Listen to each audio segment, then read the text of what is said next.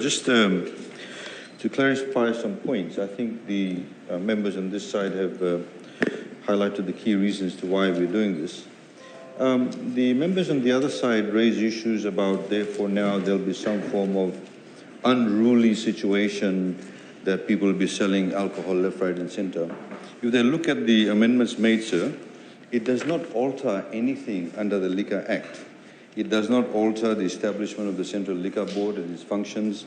It does not alter the divisional liquor licensing authorities. Honorable Seratu highlighted where the commissioners are involved and people living in that division are actually members of the board. None of that changes. The requirements as to how one can get a license has not changed at all, sir. All of that remains. It sets out clearly on what basis licenses will be issued. But, Mr. Speaker, sir, we are not talking about over here primarily new licenses. And we are speaking here primarily, Mr. Speaker, sir, in particular, if you look at the provisos under Section 43, the amendment, about those people who suffered from COVID-19. There are many, we have the opposition talk about, well, we must get more Fijians to have resorts, etc. There are. In fact, there are a lot of people coming up in the Mamanudas, in the Yasawas, where particular landowning units have got together, put together, 5 or 6 bures, where a lot of tourists go to, very pristine waters. They also have liquor licenses.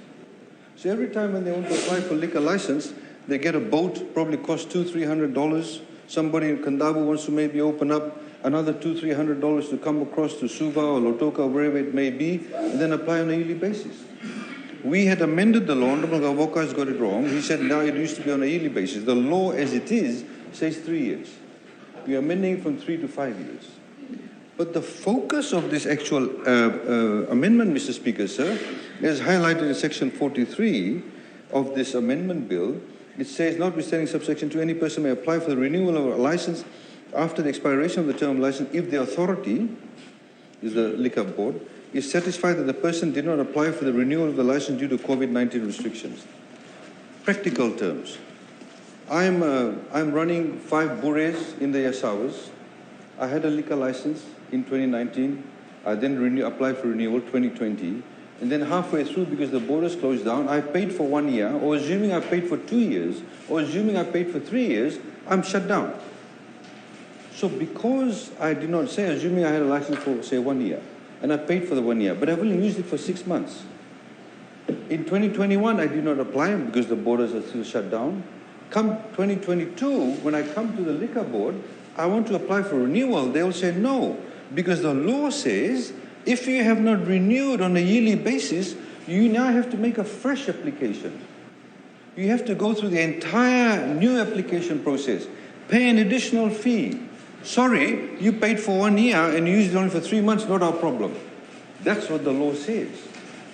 What this amendment seeks to do under Section 43, which is Clause 3, sir, is to give the authority the latitude to say, yes, you did apply for it, and yes, because of COVID, yes, you had a license, and yes, because of COVID-19, you did not renew, so therefore now when you want to come and do a renewal, we'll give you a renewal. That's what 43, Clause 3 does under 43. That's what it does. What 86A does, which is Clause 6, what they are harping on about, it says that the minister may, by order in the Gazette and subject to any condition the minister thinks fit, exempt a person from paying the prescribed fee under Section 15, 19, 25, 43, if and is satisfied that the person paid the applicable prescribed fee for the license issued for the term immediately prior to the term of license for which the payment of the prescribed fee is due and payable, did not sell or supply liquor due to COVID-19 restrictions. That's what the gist of it is all about. And again, they have not read. If you look at Clause 2 under the same Clause 6, it says, notwithstanding that, when a person, for example, comes and says, look, can you please give me the renewal? And the board will say, okay, yes. Comes to the fee, they say, look, can you please exempt me for the fee because, I paid last year and I did not use it. When the minister exempts it, that person can only get a license for an additional year. That's what it says. For a term not exceeding 1 year. They can only get it for 1 year. In other words, they cannot come and take a free ride and get a license for 5 years. It's only for 1 year because you've got an exemption. Thereafter, you can apply for the 5-year renewal and pay your fees. See, they've jumped the gun. This is the level of inconsistency. Honorable Gavoka quite clearly pointed out by Honorable Koya, Minister Koya, was that yesterday he said, I don't have a problem with the first two bills, the liquor and the tobacco. The first three. He said, I don't have a problem with that. Now, of course, he's going to change his mind. This is the level of indecisiveness. It's symbolic of the level of indecisiveness. Honorable Garingare Tambu has suddenly become a draftsperson, saying that the word which should be there. It should not be there. I would urge her, if she wants to, like her colleague in front of her got it wrong once too, commenting on the drafting, she can talk to Lian Vorasi, Glennis Andrews, Yambaki Bosan Rao, who are the drafters of the bill, and they can teach her how to do drafting. Because modern day drafting is not done the way that you're proposing. Mr. Speaker, sir, again I would like to highlight to the honourable members that when a license is given, even if it's for 5 years, Honourable Rasova, for a hotel for 5 years, even in the way that the bus license is given, a taxi license is given, there is nothing stopping the licensing authority from doing random checks. There's nothing stopping the authority from getting complaints. We've had complaints. Hotels that were given license started acting like brothels. They were closed down. And they had a license for a longer period. But there's nothing stopping the authority from doing that. You see, he misrepresented to Parliament, saying, oh, we must check this sovereign right.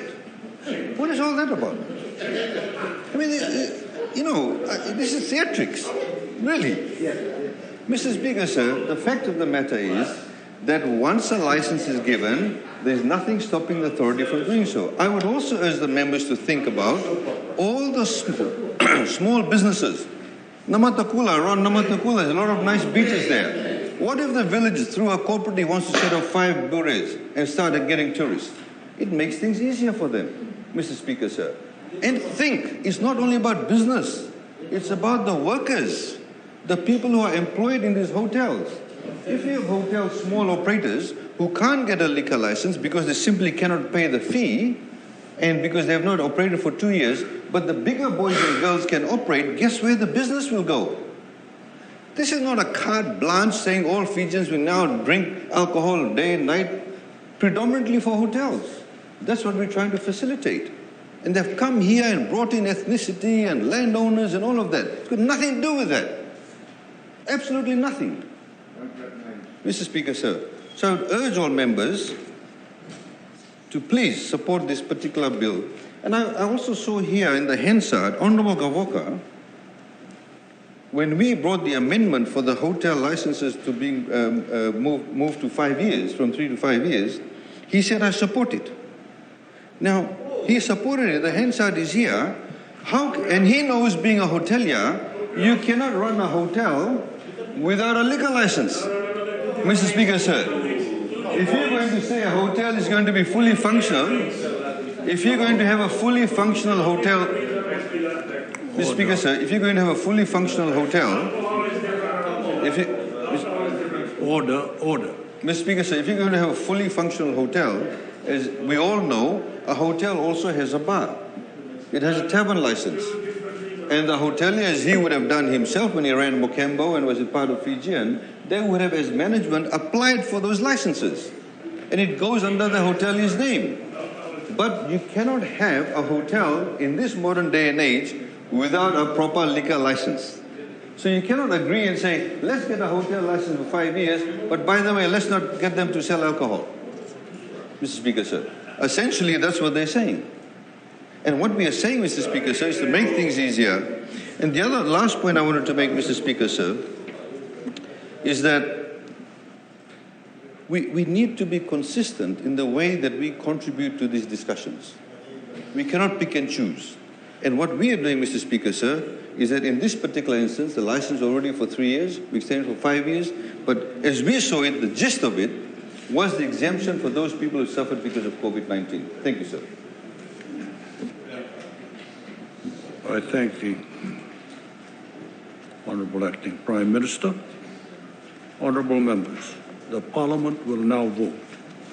The question is pursuant to resolution of Parliament on Wednesday, 9th February 2022, that the Liquor Amendment Bill 2022 be debated, voted upon and be passed.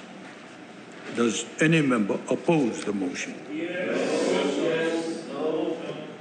There being opposition, the Parliament will now vote by acclamation.